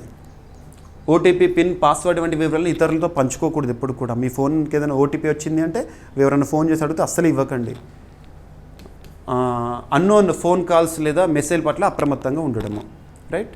ఇక భారత్లో సైబర్ భద్రతకు సంబంధించి పనిచేసిన సంస్థల్లో CERT In, Indian Computer Emergency Response Team CERT In స్థాపన 2004 న్యూఢిల్లీ కేంద్రంగా పనిచేస్తుంది. National Critical Information Infrastructure Protection Centre 2014లో ఏర్పాటు చేశారు, న్యూఢిల్లీ కేంద్రంగా పనిచేస్తుంది. గుర్తుపెట్టుకోండి. ఇక భారత ప్రధాని నరేంద్ర మోదీ గారి విదేశీ పర్యటన అభ్యర్థులు గుర్తుపెట్టుకోండి, భారత ప్రధాని గారి విదేశీ పర్యటనలపైన పోటీ పరీక్షలో ఖచ్చితంగా క్వశ్చన్ వస్తుంది. రీసెంట్గా మనం చాలా వరకు చూస్తున్నాం. జూన్ నెలలో Cyprus, Croatia, at the same time Canada, అప్పుడు G7 శిఖరాగ్ర సదస్సు సందర్భంగా చూసాము. నెక్స్ట్ రీసెంట్గా జూలై 2 నుండి 8 రోజుల 5 దేశాల సుదీర్ఘ పర్యటన చూసాము. Ghana, Trinidad and Tobago, Argentina, Brazil, Namibia. ఆ తర్వాత ఇప్పుడు బ్రిటన్, మాల్దీవ్స్ పర్యటన. సో మాల్దీవ్స్ ఇక రేపటి రోజున వెళ్తారు. మాల్దీవ్స్ నేషనల్ డేలో పాల్గొంటారు. Very very important. Already March 12 రోజున మారిషస్ నేషనల్ డే స్వాతంత్ర వేడుకల్లో పాల్గొన్నారు భారత ప్రధాని గారు. ఇప్పుడు జూలై 26 మాల్దీవ్స్ నేషనల్ డే స్వాతంత్ర దినోత్సవంలో పాల్గొంటారు. ఒకప్పుడు మాల్దీవ్స్కి ఇండియాకి రిలేషన్ ఎలా ఉండేనో 2023 నుండి చూసాము. ఇప్పుడు మళ్ళీ సత్సంబంధాలు అయిపోయినాయి, సెట్ అయ్యాడు తను మహమ్మద్ మైజు. ఇక అంతకంటే ముందు బ్రిటన్ పర్యటన. సో బ్రిటన్ పర్యటన యొక్క ముఖ్య ఉద్దేశం ఏంటంటే ఫ్రీ ట్రేడ్ అగ్రిమెంట్, స్వేచ్ఛా వాణిజ్య ఒప్పందం, ఇరు దేశాల మధ్య స్వేచ్ఛగా వాణిజ్యం జరపడానికి, ఎగుమతులు దిగుమతుల కోసము. సో ఇక్కడ అబ్జర్వ్ చేస్తే భారతదేశంలో వాణిజ్యం అంటేనే మినిస్ట్రీ ఆఫ్ కామర్స్ గుర్తొస్తుంది. ఎవరు కన్సర్న్ మినిస్టర్? పీయూష్ గోయల్ గారు. ఓకేనా? సో మనకి బ్రిటన్ పర్యటనలో భారత ప్రధాని గారు కుదిర్చిన ఒప్పందాలు. సో భారత ప్రధాని నరేంద్ర మోదీ గారు యూకే ప్రధాని, ప్రస్తుతం యూకేలో ప్రధాని ఎవరున్నారు? కీర్ స్టార్మర్ సమక్షంలో భారత్ యూకే మధ్య చారిత్రక స్వేచ్ఛా వాణిజ్య ఒప్పందం, ఫ్రీ ట్రేడ్ అగ్రిమెంట్ అనేది ఇరు దేశాల మధ్య కుదిరింది. లండన్లో 2 దేశాల వాణిజ్య శాఖ మంత్రులు ఈ ఒప్పందాన్ని అధికారికంగా సంతకాలు చేయడం జరిగింది. ఒప్పందం ముఖ్య ఉద్దేశాలు ఏంటంటే భారత్ యూకే ద్వైపాక్షిక వాణిజ్యాన్ని ప్రోత్సహించడం, ఇరు దేశాల మధ్య ఎగుమతులు దిగుమతులు ప్రోత్సహించడం, 2030 నాటికి ద్వైపాక్షిక వాణిజ్యాన్ని $120 బిలియన్ రెట్టింపు చేయడం లక్ష్యము. ఇక భారత్ నుంచి తోలు, పాదరక్షలు, దుస్తులు వంటి ఉత్పత్తుల ఎగుమతులపై యూకే పన్నులు తొలగిస్తుంది. బ్రిటన్ నుంచి విస్కీ, కార్లు తదితర వస్తువుల దిగుమతులను మరింత చౌకగా అందుబాటులోకి తేవడము. సో ఒప్పందంలో ప్రధాన అంశాలు గూడ్స్, సర్వీసెస్, ఇన్నోవేషన్స్, మేధో సంపత్తి, ఇంటెలెక్చువల్ ప్రాపర్టీ రైట్స్. మరి ఈ ఒప్పందం విషయంలో free trade agreement with Britain ఒప్పందం విషయంలో భారత ప్రధాని గారు చెప్పిన వ్యాఖ్యలు. ఈ ఒప్పందంతో ఇరు దేశాల మధ్య ఆర్థిక భాగస్వామ్యం మరింత పటిష్టమవుతుందని ప్రధాని గారు చెప్తున్నారు. భారతదేశంలో వృద్ధి, ఉద్యోగాల కల్పన, ప్రజల సంక్షేమే లక్ష్యంగా ఉందని తెలిపారు. ప్రపంచ పురోగతికి భారత్, యూకే మధ్య స్నేహ సంబంధాలు ఎంతో అవసరమని చెప్పారు. ఇక UK, so capital London, so pound, right. ఇక యూకే లేదా బ్రిటన్ ఎప్పుడు ఎగ్జిట్ అయింది యూరోపియన్ యూనియన్ నుండి అంటే 2020లో, దాన్ని మనం బ్రెగ్జిట్ అంటాము. భారత్ యూకే ద్వైపాక్షిక సంబంధాలు, భారత్ యూకేకు 3వ అతిపెద్ద పెట్టుబడిదారంట. అండ్ యూకేలో భారత సంతతికి చెందిన ప్రజలు పెద్ద సంఖ్యలో ఉన్నారు, దాదాపు 16 లక్షల మంది ఉన్నారు. యూకే భారత్కు ఒక ప్రధాన వ్యూహాత్మక భాగస్వామ్య దేశంగా కొనసాగుతోంది. మరి ఫ్రీ ట్రేడ్ అగ్రిమెంట్ అంటే ఏంటంటే, ఫ్రీ ట్రేడ్ అగ్రిమెంట్ ద్వారా ఇరు దేశాలు ఒకరి మార్కెట్లలో మరింత సులభంగా పన్నులు లేకుండా ప్రవేశాన్ని పొందుతాయి. వారి నుండి మనకు దిగుమతి చేసుకునే వస్తువులు ఏవైతే ఉంటాయో వాటిపైన సుంకాలు తగ్గించడం, మన నుండి వాళ్ళకు వెళ్ళే వస్తువులపైన వాళ్ళు మనకు సుంకాలు తగ్గించడం, ఇటువంటివి చేస్తూ ఉంటారు. రైట్. ఇప్పటికే భారత్, UAE, ఆస్ట్రేలియా వంటి దేశాలతో ఫ్రీ ట్రేడ్ అగ్రిమెంట్లను కుదుర్చుకుంది, కొనసాగిస్తుంది. ఇక గాజా మనకు 2023 సంవత్సరం నుండి ఎక్కువగా వింటున్నాం. 2023 సెప్టెంబర్ మంత్ నుండి ముఖ్యంగా ఇక్కడ చూస్తే ఇజ్రాయెల్ పైన హమాస్ దాడులు చేసింది. ప్రతిగా ఇజ్రాయెల్ హమాస్ పైన దాడులు చేస్తుంది, పాలస్తీనా పైన, ఈ గాజా స్ట్రిప్ పైన మనం చూస్తున్నాం. ఈ కన్సిక్వెన్సెస్లో ఐక్యరాజ్య సమితి చెప్తున్న ఒక మాట ఏంటంటే, గాజాలో ఆకలి కేకలు వినబడుతున్నాయి, ఆకలి చావులు నమోదవుతున్నాయని చెప్పేసేసి. సో ఇక్కడ చూడండి, గాజాలో ఆకలి సంక్షోభం తీవ్ర స్థాయికి చేరుకుందంట. ప్రస్తుతం అక్కడ 20 లక్షలకు పైగా ప్రజలు ఆహార కొరతతో బాధపడుతున్నారు. ఇప్పటికే ఆకలి కారణంగా పలువురు మరణించారంట, పిల్లలు కూడా. ఈ విషయాన్ని పాలస్తీనా ఐక్యరాజ్య సమితి సంస్థలు అధికారికంగా నిర్ధారించినాయి. ప్రధాన కారణాలు సైనిక ఘర్షణలు, నిరంతర యుద్ధ పరిస్థితులు, హ్యుమానిటేరియన్ సహాయక సరఫరా మార్గాలు పూర్తిగా దెబ్బతినడము, గాజాలోకి అందాల్సిన ఆహారం, మందులు, ఇతర సహాయక సామగ్రికి విధించిన నిరోధాలు. మరి ప్రపంచ ఆరోగ్య సంస్థ, world health organization Geneva, Switzerland కేంద్రం పనిచేస్తోంది. 1948 ఏప్రిల్ 7న ఏర్పాటైంది. టెడ్రస్ అదనం గారు ప్రస్తుతం WHO చీఫ్గా విధులు నిర్వర్తిస్తున్నారు. తను ఏం చెప్తున్నారు, ఈ సంక్షోభాన్ని మనిషి సృష్టించిన సామూహిక ఆకలిగా, మ్యాన్ మేడ్ మాస్ స్టార్వేషన్గా అభివర్ణించింది WHO. ఆహార పంపిణీ కేంద్రాల వద్ద జరుగుతున్న దాడులు, సహాయం నిలిపివేతలతో సమస్య మరింత తీవ్రతమైందని చెప్తున్నారు. ఇప్పుడు పరిస్థితులు కనుక మనం అబ్జర్వ్ చేస్తే దాదాపు 80% మంది ప్రజలు హ్యుమానిటేరియన్ సహాయం మీద ఆధారపడుతున్నారంట. అంతర్జాతీయ సహాయ సంస్థలు పరిస్థితిని నియంత్రించేందుకు తీవ్ర ఇబ్బందులను ఎదుర్కొంటున్నాయి. రైట్, గాజా స్ట్రిప్ భూభాగాన్ని కనుక మీరు అబ్జర్వ్ చేశారనుకోండి, ఈజిప్ట్ ఇజ్రాయెల్ మధ్య చిన్న భూభాగం గాజా స్ట్రిప్ పాలస్తీనా ఆధీనంలో ఉంది. హమాస్ పాలన కొనసాగుతుంది. వీరిపైనే ఇజ్రాయెల్ దాడులు చేస్తుంది. జనాభా దాదాపు 23 లక్షల, ప్రపంచంలో అత్యధిక జనసాంద్రత ఉన్న ప్రాంతాల్లో గాజా స్ట్రిప్ ఒకటి. గాజా పరిస్థితులపై UN office for coordination of humanitarian affairs కీలకంగా పనిచేస్తుంది. ఈ సంక్షోభం కారణంగా ఇజ్రాయెల్ పాలస్తీనా మధ్య ఘర్షణలు మరింత పెరిగినాయి. ఓకేనా, గుర్తుపెట్టుకోండి. గాజా ఆకలి సంక్షోభం ప్రపంచవ్యాప్తంగా ఆందోళనకు దారితీసింది.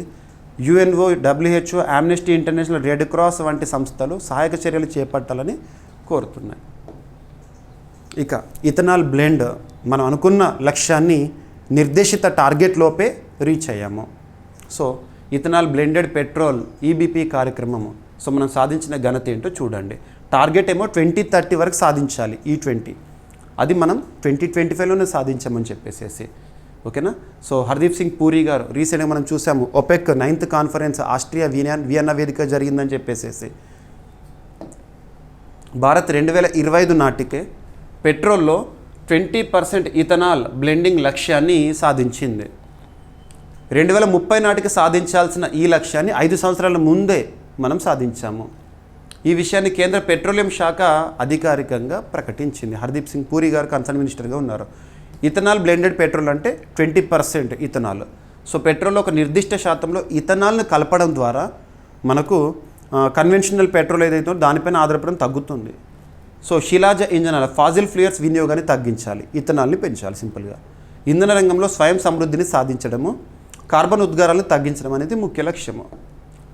సో ఈ E20 బ్లెండ్ ఎప్పుడు స్టార్ట్ అయిందంటే మనకు 2003లో పెట్టుబడుల పెంపు 2014 తర్వాత భారీగా పెరిగింది. అమలు చేస్తున్న శాఖలు పెట్రోలియం మరియు సహజ వాయువు మంత్రిత్వ శాఖ, ప్రధానంగా వ్యవసాయ శాఖ, ఆహార ప్రాసెసింగ్ శాఖలు కూడా తోడ్పాటును అందిస్తున్నాయి. అసలు లక్ష్యం ఏంటంటే 2030 నాటికి 20% ఇథనాల్ కలపడం. జాతీయ బయోఫ్యూయల్ పాలసీ 2018 ప్రకారము 2030 నాటికి E20 లేదా ఇథనాల్ బ్లెండింగ్ 20% సాధించాలి పెట్రోల్ కలపడం అనేది. కానీ 2025లోనే సాధించామంట. మీరు PIBలో చూడొచ్చు ఇదంతా కూడా. ఇక ముడి చమురు దిగుమతులను తగ్గించి విదేశీ మారక ద్రవ్యాన్ని ఆదా చేయడం. ముడి చమురు మన ఇండియా ప్రత్యేకత ఏంటంటే, అఫ్కోర్స్ మనకి ఇక్కడ రీసోర్సెస్ అనేవి చూస్తున్నాం. మనము పెట్రోలియం దిగుమతులపై ఆధారపడుతున్నాం. పెట్రోలియం దిగుమతులపై ఏ దేశమైనా గుర్తుంచుకోండి, ఎగుమతులను ఎక్కువగా చేయాలి, దిగుమతులను తగ్గించుకోవాలి. దీని ద్వారా ఫారెక్స్ పెరుగుతుంది. విదేశీ మారక నిల్వలను పెంచుకోవాలంటే ఎగుమతులు పెంచుకోవాలి, దిగుమతులు తగ్గించుకోవాలి. కానీ మనకు ఎక్కువగా దాదాపు మన భారతదేశ అవసరాలు తీర్చుకోవడంలో మోర్ దెన్ 80% పెట్రోల్ అనేది ఇంపోర్ట్ ద్వారానే వస్తుంది. ఓకేనా. మరి E20 బ్లెండ్ ఇటువంటి మనం సాధించడం ద్వారా ఏంటంటే దిగుమతులు తగ్గుతాయి కదా. అలా రైతులకు ఆర్థిక లాభాలు అందించడము జరుగుతుంది. పర్యావరణ హితమైన ఇంధనాన్ని ప్రోత్సహించడం ద్వారా వాతావరణ మార్పులకు వ్యతిరేకంగా పోరాడడము. రైట్. దేశీయ ఇథనాల్ పరిశ్రమను ప్రోత్సహించడం కూడా దీని ద్వారా జరుగుతుంది. ఎందుకంటే E20 బ్లెండ్ అంటే మనకు ఇథనాల్ రిక్వైర్మెంట్ అని పెరుగుతుంది కాబట్టి స్వదేశీయంగానే అది జరుగుతుంది. ఇథనాల్ ప్రధానంగా చెరుకు రసం, మొలాసిస్, ధ్వంసమైన ధాన్యాల నుంచి తయారవుతుంది. ఆయిల్ మార్కెటింగ్ కంపెనీలు ప్రభుత్వం నిర్ణయించిన ధరలకే ఇథనాల్ కొనుగోలు చేస్తాయి. Right. Sustainable alternative towards affordable transportation మరియు PLI ప్రొడక్షన్ లింక్డ్ ఇన్సెంటివ్ పథకాల కింద ప్రత్యేక ఇథనాల్ డిస్టిలరీలు, నిల్వ మౌలిక సదుపాయాలు ప్రోత్సహిస్తుంది భారతదేశము. రైట్, గుర్తుపెట్టుకోండి. జాతీయ బయోఫ్యూయల్ పాలసీ 2018 భారత ప్రపంచంలోని 3వ అతిపెద్ద చమురు వినియోగదారు కన్జప్షన్లో. భారతదేశంలో అత్యధిక ఇథనాల్ ఉత్పత్తి చేసే రాష్ట్రాలు ఉత్తరప్రదేశ్, మహారాష్ట్ర, కర్ణాటక. పెట్రోల్లో 20% ఇథనాల్ కలపడం వల్ల దేశానికి సుమారు 30,000 కోట్ల రూపాయలకు పైగా ఆదా అవుతుందంట. గుర్తుపెట్టుకోండి. ఇథనాల్ వాడకం వల్ల వాతావరణానికి హానికరమైన కార్బన్ మోనాక్సైడ్, కార్బన్ డైఆక్సైడ్ విడుదల కూడా తగ్గుతుంది. రైట్, గుర్తుపెట్టుకోండి. ఇక నెక్స్ట్ LIC కుదుర్చుకున్న ఒప్పందం. Life Insurance Corporation of India భారతదేశంలో బీమా రంగంలోని పెద్ద సంస్థ. ఏ విషయంలో ఒప్పందం అంటే బీమా సఖీ యోజన విషయంలో. బీమా సఖీ యోజన ఈ స్కీమ్, వార్తలు ఇచ్చిన స్కీమ్ ఇదేంటో చూడండి. So ministry of rural development, కేంద్ర గ్రామీణాభివృద్ధి మంత్రిత్వ శాఖతో LIC life Insurance Corporation of India ఒప్పందం కుదుర్చుకుంది. గ్రామీణాభివృద్ధి శాఖ అంటే గ్రామీణ ప్రాంతాల్లో ఏదో కల్పించడం ఇప్పుడు. సో ఈ ఒప్పందంలో భాగంగా గ్రామీణ భారతదేశంలో ఆర్థిక చేరికను పెంపొందించేందుకు, అంటే ఫినాన్షియల్ ఇంక్లూజన్ని మరింత చేయడం కోసము మహిళల సాధికారతకు ఉద్దేశించిన బీమా సఖి యోజనకు అవగాహన ఒప్పందం అనేది కుదిరింది. దేశవ్యాప్తంగా గ్రామీణ ప్రాంతాల్లోని స్వయం సహాయక బృందాలు, సెల్ఫ్ హెల్ప్ గ్రూప్స్ నుంచి శిక్షణ పొందిన మహిళలు ఈ పథకంలో భాగంగా గ్రామ పంచాయతీ స్థాయిలో బీమా సఖీలుగా నియమితులవుతారు. అసలు బీమా సఖి యోజన ముఖ్య ఉద్దేశాలు ఏంటంటే మహిళలకు ఆర్థిక స్వాతంత్రాన్ని కల్పించడము, గ్రామీణ సమాజాలకు సామాజిక భద్రతా పథకాలను మరింత సమర్థవంతంగా అందించడము, 2047 నాటికి అందరికీ బీమా, ఇన్సూరెన్స్ ఫర్ ఆల్ బై 2047 అనే ప్రధానమంత్రి నరేంద్ర మోదీ గారి దార్శనికతకు అనుగుణంగా పనిచేయడము ఆత్మనిర్భర్ భారత లక్ష్యాల సాధనలో కీలకము.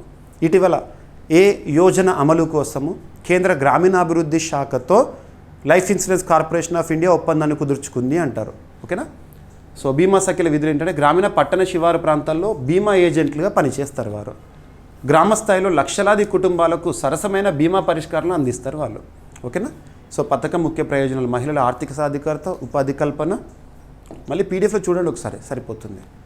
So life Insurance Corporation of India 1956 September 1 ఏర్పాటైంది. ప్రధాన కార్యాలయం వచ్చేసి ముంబై. ప్రస్తుత చైర్పర్సన్ సిద్ధార్థ మహంతి. ప్రపంచంలో అతిపెద్ద బీమా సంస్థల్లో ఒకటి. సో ఇది ఎక్స్ట్రా ఇన్ఫర్మేషన్. మీకు ఎల్ఐసి ఎప్పుడు ఏర్పాటైంది ఇటువంటివి అడుగుతారు ఎగ్జామినేషన్లో, రైట్. ఇక భారతదేశంలో మహిళల సాధికారతకు ఇటీవల కాలంలో భారత ప్రభుత్వం చేపట్టిన కొన్ని పథకాల్లో ఇంపార్టెంట్. బేటీ బచావ్ బేటీ పఢావ్ హర్యానా నుండి ప్రారంభమైంది. ప్రధానమంత్రి ముద్రా యోజన, అందరికీ బ్యాంక్ అకౌంట్స్. ప్రధానమంత్రి ఉజ్వల్ యోజన, ఎల్పిజి కనెక్షన్స్. భారతదేశంలో మహిళా స్వయం సహాయక బృందాలు 2025 నాటికి దేశంలో 85 లక్షలకు పైగా ఉన్నాయి సెల్ఫ్ హెల్ప్ గ్రూప్స్, రైట్. ముఖ్యంగా గ్రామీణ అంశాల్లో అభివృద్ధిలో కీలక పాత్ర పోషిస్తారు వారు. ఇక గ్లోబల్ వెట్లాండ్ అవుట్లుక్ 2025 ఇటీవల వార్తల్లోకి వచ్చింది. గ్లోబల్ వెట్లాండ్ అవుట్లుక్ అంటే చిత్తడి నెలకు సంబంధించి. సో రిపోర్ట్ని ఎవరు రిలీజ్ చేశారు? ఎప్పుడైనా రిపోర్ట్ గురించి నేర్చుకుంటున్నప్పుడు ఆ రిపోర్ట్ కవర్ పేజ్ చూడండి. Global wetland outlook 2025 valuing, conserving, restoring and financing wetlands, చిత్తడి నేలలకు సంబంధించిన ఒక నివేదిక. ఈ నివేదిక రీసెంట్గా రిలీజ్ అయింది జింబాబ్వేలో. సో ఏం చెప్తోంది? రామ్సర్ కన్వెన్షన్ రీసెంట్గా విడుదల చేసిన గ్లోబల్ వెట్లాండ్ అవుట్లుక్ 2025 నివేదిక ప్రకారం ప్రపంచవ్యాప్తంగా తడి నేలల పరిస్థితి లేదా చిత్తడి నేలల పరిస్థితి ఆందోళనకరంగా ఉందంట. 1970 నుంచి ఇప్పటి వరకు ప్రపంచంలోని చిత్తడి నేలల్లో 35% కంటే ఎక్కువ స్థాయి తగ్గుదల చోటు చేసుకుంది. ఓకేనా. నివేదికలో ప్రధాన అంశాలు: తడి నేలల కోత తీవ్రత అంటే లాస్ రేట్ ఎలా ఉంది, అటవీ ప్రాంతాల కన్నా తడి నేలలు 3 రెట్లు వేగంగా అంతరించిపోతున్నాయి. అంటే ఫారెస్ట్ ఏరియా కంటే చిత్తడి నేలలు 3 రెట్లు అంతరించిపోతున్నాయి ప్రపంచవ్యాప్తంగా. 1970 నుంచి ఇప్పటివరకు 35% పైగా చిత్తడి నేలను మనం కోల్పోయామట, ప్రపంచం కోల్పోయింది. నివేదిక చెప్తోంది, రామ్సర్ కన్వెన్షన్ విడుదల చేసిన నివేదిక. జీవ వైవిధ్యం తగ్గుదల, బయోడైవర్సిటీ డిక్లైన్. 1970-2022 మధ్యకాలంలో తడి నేలలపై ఆధారపడే జీవజాతుల జనాభా 80% పైగా తగ్గిపోయింది. కార్బన్ నిల్వలో తడి నేలల పాత్ర ఎలా ఉంది? ప్రపంచంలోని మొత్తం భూపరితలం యొక్క 3% మాత్రమే పీట్ భూములు ఉన్నాయంట. కానీ ఇది ప్రపంచంలో మొత్తం నేలలో నిల్వైన కార్బన్లో 30% వరకు నిల్వ చేస్తాయి. ఇక వ్యవసాయం వల్ల ఒత్తిడి. వ్యవసాయం, నీటి వినియోగం, తవ్వకాల కారణంగా దాదాపు 50% చిత్తడి నేలలు తీవ్రంగా దెబ్బతింటున్నాయి. గణాంకాలు చూడండి. భారతదేశ పరిస్థితులు. భారతదేశంలో ప్రస్తుతం 2025 నాటికి మొత్తం 19 రామ్సర్ చిత్తడి నేలల ప్రదేశాలు పర్యావరణ ఒత్తిడికి గురవుతున్నాయని నివేదిక చెప్తోంది. ముఖ్యంగా కియోల్దియో నేషనల్ పార్క్, రాజస్థాన్ చిల్కా సరస్సు పరిస్థితి ఆందోళనకరంగా ఉందంట. ఇక రామ్సర్ కన్వెన్షన్ ఎప్పుడు జరిగింది ఏంటి, రైట్. ఇక కొన్ని పరిశోధనలు. లాస్ట్ 3 డేస్ నుండి కూడా మన వార్తాపత్రికలో ప్రముఖంగా చూసిన ఒక టాపిక్, చెన్నైలో చేప జన్యువుల విశ్లేషణ పైన పరిశోధన అనేది వార్తల్లోకి వచ్చింది. చేప జన్యువులో, ఓకేనా. So genes in fish. So golden sea bream fish genome analysis అనేది రీసెంట్గా వార్తల్లోకి వచ్చింది. చేపల ఉత్పత్తి సామర్థ్యాన్ని పెంచేందుకు చెన్నైలోని Central Institute of Brackish Water Aquaculture పరిశోధకులు చేప జన్యువులు విశ్లేషించారు. ఇటువంటివి మీరు సైన్స్ అండ్ టెక్నాలజీలో భాగంగా చూడవచ్చు. ఏ పరిశోధన వార్తల్లోకి వచ్చింది, ఏ సంస్థ పరిశోధన చేస్తూ వార్తల్లోకి వచ్చింది, ప్రత్యేకత ఏంటి, సరిపోతుంది. 3 పాయింట్సే. అంతే తప్పితే ఆ జీన్స్ ఏమున్నాయి, ఆ జీన్ ఎలా పనిచేస్తుందని ఎగ్జామినేషన్లో అడగరు, డైరెక్ట్ పాయింట్. సో చెన్నై కేంద్రంగా పనిచేస్తున్న central Institute of Brackish Water aquaculture. Brackish water అనే పదం గురించి మీకు చాలాసార్లు వినే ఉంటారు. కామన్గా సీ వాటర్ మొత్తం కూడా ఉప్పగా ఉంటాయి. Fresh water, portable water. అటు ఫ్రెష్ వాటర్ కాదు, అంటే తాగే నీరు కాకుండా, అటు సీ వాటర్ అంతా ఉప్పు శాతం ఎక్కువ కాకుండా రెండు కలిపితే ఎలా ఉంటే అలా ఉంటుంది బ్రాకిష్ వాటర్, మనకు చిల్కా లేక్ అటువంటివి. ఓకేనా. సో చేపల ఉత్పత్తి సామర్థ్యాన్ని పెంచేందుకు చెన్నైలోని సంస్థ చేప జన్యులను విశ్లేషిస్తున్నారు. ఈ పరిశోధన గోల్డెన్ సీ బ్రీమ్ చేప జన్యులపై జరిగిందంట. ఈ చేప ఉప్పు నీటితో పాటు మంచినీటిలో కూడా పెరిగే సామర్థ్యాన్ని కలిగి ఉంటుంది. ఉప్పు నీరు, మంచినీరు, అందుకే అంటున్నాను బ్రాకిష్ వాటర్. సో స్థానికంగా దీన్ని తమిళంలో మతివాయన్ అని పిలుస్తారు. ఈ చేప పైన ఇటీవల పరిశోధన చేస్తూ వార్తల్లోకి వచ్చారు. ఆ చేపల ఉత్పత్తి సామర్థ్యాన్ని పెంచేందుకు ఏమన్నా పరిశోధనలు అని చెప్పేసి. ఓకేనా. ఇవి మంచి రుచితో పాటు అధిక పోషక విలువలు ఉండే చేప. రైట్. పరిశోధన ముఖ్యాంశాలంటే చేపల ఉత్పత్తి సామర్థ్యాన్ని పెంచడం, చేపల పెంపక విధానాలను మెరుగుపరచడం. So Central Institute of Brackish Water Aquaculture 1987లో ఏర్పాటైంది. చెన్నై, తమిళనాడు కేంద్రంగా పనిచేస్తుంది. రైట్. ఇక భారతదేశం ప్రపంచంలో చేపల ఉత్పత్తిలో 2వ స్థానంలో, 1వ స్థానంలో చైనా. ఇక అత్యధిక మత్స్య ఉత్పత్తి, భారతదేశంలో అత్యధికంగా మత్స్య ఉత్పత్తి అంటే ఆంధ్రప్రదేశ్ ఫస్ట్ పొజిషన్లో ఉంటుంది. తర్వాత west Bengal, Gujarat, Kerala, Tamil Nadu, coastal states. ఓకేనా. ఇక భారత ప్రభుత్వం చేపల ఉత్పత్తిని ప్రోత్సహించేందుకు ప్రధానమంత్రి మత్స్య సంపద యోజన అనే ప్రత్యేక పథకాన్ని అమలు చేస్తుంది. ఇక మెదడు కణాలపై మత్తుమందుల ప్రభావం ఎలా ఉంటుంది? కామన్గా మనము అనెస్థిషియా లేదా మత్తుమందు, డ్రగ్స్ ఇటువంటివి అనుకోండి, మెదడు బ్రెయిన్ సెల్స్ పైన ఎలా ఉంటుందని ఒక పరిశోధన చేస్తూ ఏ శాస్త్రవేత్తలు వార్తల్లోకి వచ్చారంటే సిసిఎంబి, హైదరాబాద్ కేంద్రంగా పనిచేస్తున్న సిసిఎంబి శాస్త్రవేత్తలు. సిసిఎంబి పరిశోధన గురించి నిన్నటి క్లాస్లో కూడా చెప్పాను మీకు. ఏంటో పరిశోధన? బ్యాక్టీరియా సెల్ వాల్ పైన జరుగుతున్న ఒక పరిశోధన అని చెప్పేసి. సో సిసిఎంబి అధ్యయనం ఇక్కడ హైదరాబాద్లోని centre for cellular and molecular biology శాస్త్రవేత్తలు ఎలుకలపై నిర్వహించిన పరిశోధనలో సాధారణంగా ప్రయోగాల్లో ఉపయోగించే మత్తు మందులు మెదడు కణాలపై తీవ్రమైన ప్రభావం చూపుతాయని చెప్తున్నారు. డైరెక్ట్గా గుర్తుపెట్టుకోండి, ఏ శాస్త్రవేత్తలు ఏ పరిశోధన చేస్తున్నారు సరిపోతుంది. ఎలుకలపైన క్లినికల్ ట్రయల్స్గా చూశారు. రైట్. పరిశోధన ప్రాముఖ్యత. ఈ అధ్యయనం న్యూరోసైన్స్ రంగంలో భవిష్యత్తులో జరిగే పరిశోధనలకు కీలక మార్గదర్శకంగా నిలుస్తుందని పరిశోధకులు చెప్తున్నారు. ఇక సిసిఎంబి 1977లో ఏర్పడింది. హైదరాబాద్ కేంద్రంలో పనిచేస్తుంది. Council of scientific and industrial research పరిధిలోని సంస్థ. ఇక మన రీజనల్ ఇష్యూస్ని కనుక పరిశీలిస్తే ఏపీ ఎలక్ట్రానిక్స్ తయారీ పాలసీ 2024కి ఆంధ్రప్రదేశ్ రాష్ట్ర క్యాబినెట్ ఆమోదం తెలిపింది. సో నిన్నటి కూడా మనం చూసాము. సో ఆంధ్రప్రదేశ్ రాష్ట్ర ప్రభుత్వము ఎలక్ట్రానిక్స్ తయారీ రంగంలో పెట్టుబడులను ఆకర్షించేందుకు కొత్తగా ఎలక్ట్రానిక్స్ తయారీ పాలసీకి మంత్రివర్గం ఆమోదం తెలిపింది అని చెప్పేసి రాష్ట్ర మంత్రి కొలుసు పార్థసారథి గారు వెల్లడించారు. అభ్యర్థులు గుర్తుపెట్టుకోండి, రాష్ట్రీయ అంశాల గురించి మీకు ప్రతిరోజు కూడా ఆల్మోస్ట్ కవర్ చేస్తున్నాను. ఒకరోజు తెలంగాణకు సంబంధించిన అంశాలను వార్తలు చూడొచ్చు, ఒకరోజు ఏపీకి సంబంధించిన అంశాలను వార్తలు చూడొచ్చు, ఒకరోజు 2 రాష్ట్రాలకు సంబంధించి చూడొచ్చు, ఒక్కొక్క రోజు పోటీ పరీక్షల కోణంలో అంత ఇంపార్టెన్స్ ఉండే టాపిక్స్ ఉండకపోవచ్చు. సో ఏ టాపిక్ వార్తలు నిలిచినా మీకు డిస్కస్ చేస్తున్నాను. తెలంగాణ, ఏపీ 2 రాష్ట్రాలకు సంబంధించి అభ్యర్థులు ప్రతిరోజు చూస్తే కంప్లీట్ ఇన్ఫర్మేషన్ మీకు కవర్ అవుతూనే ఉంటుంది. ఇక ఈ పాలసీ విధానం ముఖ్య ఉద్దేశం ఏంటంటే రాష్ట్రంలో $150 బిలియన్ వ్యాపార స్థాయిని సాధించడము ఎలక్ట్రానిక్స్ తయారీ విషయంలో. ఎలక్ట్రానిక్స్ రంగంలో పెట్టుబడులను ఆకర్షించి రాష్ట్రాన్ని పెట్టుబడులకు గమ్యస్థానంగా నిలపడము, కేంద్ర రాష్ట్ర ప్రభుత్వాల నుంచి ప్రత్యేక ప్రోత్సాహకాలను అందించడము. మరి పాలసీ ద్వారా ఆశించిన ప్రయోజనాలు ఏంటంటే రాష్ట్రంలో భారీ ఎత్తున ఉపాధి అవకాశాలు, దేశ విదేశీ ఎలక్ట్రానిక్స్ కంపెనీలు రాష్ట్రంలో పరిశ్రమల ఏర్పాటు. ఓకేనా. సో ఎలక్ట్రానిక్స్ పాలసీ టార్గెట్ ఏంటి ఇవన్నీ కూడా మీకు అడగవచ్చు. ఎలక్ట్రానిక్స్ మ్యానుఫ్యాక్చరింగ్ పాలసీ 2024-2029 ఇది ముఖ్యంగా 84,000 కోట్ల రూపాయలను ఎలక్ట్రానిక్స్ సెక్టార్లో ఆకర్షించడానికి, పెట్టుబడులను ఆకర్షించడానికి ఉద్దేశించబడిన ఒప్పందం. Target production value electronics manufacturing policy రాష్ట్ర ప్రభుత్వం గతంలో ఎంత నిర్దేశించుకుంది అంటే 4.2 lakh crore రూపీస్. ఓకేనా, గుర్తుపెట్టుకోండి. సో ఇక మంత్రివర్గ సమావేశంలో తీసుకున్న నిర్ణయాలు. విశాఖపట్నంలో ఐటీ ఎలక్ట్రానిక్స్ పరిశ్రమ స్థాపనకు కంపెనీల ప్రతిపాదనలకు ఆమోదం తెలుపుతారంట. అండ్ సిఫీ సంస్థ 16,466 కోట్ల రూపాయలతో విశాఖలో డేటా సెంటర్ని కూడా ఏర్పాటు చేయనుందని చెప్పారు.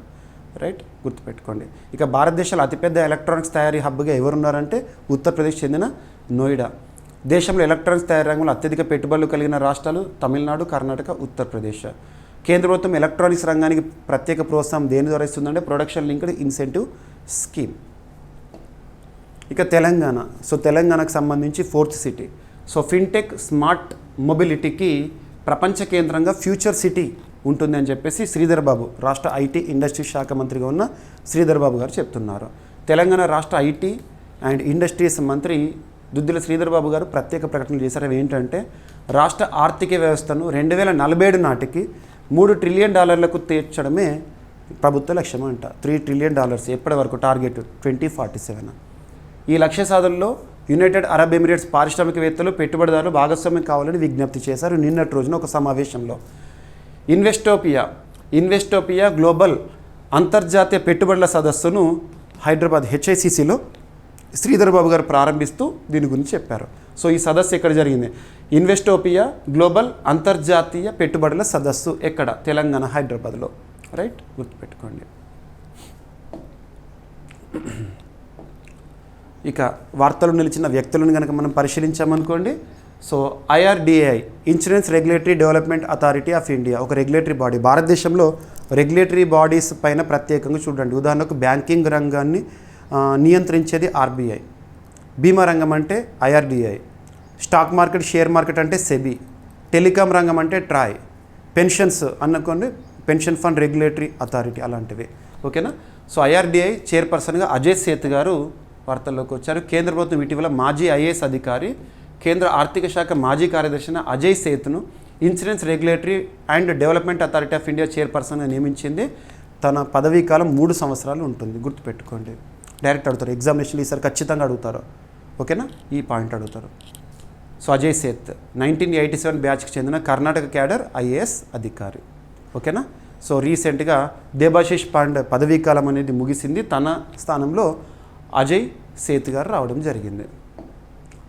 So Insurance Regulatory and Development Authority of India 1999లో ఏర్పాటైంది. IRDAI యాక్ట్ 1999 ఆధారంగా, అంటే చట్టబద్ధం. ప్రధాన కార్యాలయం హైదరాబాద్, తెలంగాణ. బీమా రంగ నియంత్రణ కోసం ఉద్దేశించబడింది.